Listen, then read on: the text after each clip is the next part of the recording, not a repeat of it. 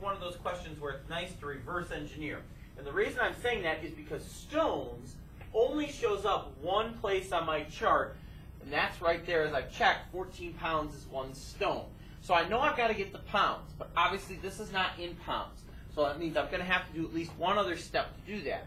But again, as you heard me say in the notes, and as I said in the other practice problem I just did with you, a lot of these conversions are going to be right next to each other by design in the chart.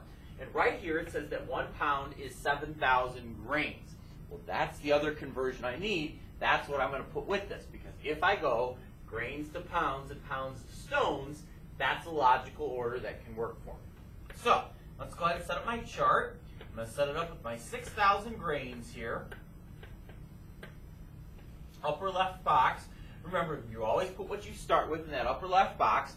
That bottom left box, you just scratch it out. We're not going to touch it here. We will when we do some dimensional analysis, when we do something like miles per hour, but not today. So the only way to get out of grains here that's going to help me is 7,000 grains is a pound. Remember, units have to cancel diagonally, so since something with grains is up here, something else with grains is going to go down here. So I'm going to put the 7,000 grains up here, and the 1 pound up top. Again, we see grains canceling diagonally, and so now I'm stuck in pounds here. So now I've got to go pounds to stones. All right, and that's this conversion here. And again, I want to see units canceling diagonally, so since something with pounds is up here, something with pounds is going to have to go down there. So I'm going to put 14 pounds down here, and 1 stone up here. Pounds cancels pounds diagonally, as you can see. Now, the only unit I have not crossed out is stones, so that's where I need to be, so I know I've made the successful translation here. Now I'm going to actually solve it. Multiply across the top. 6,000 times 1 is 6,000. The bottom is 7,000 times 14.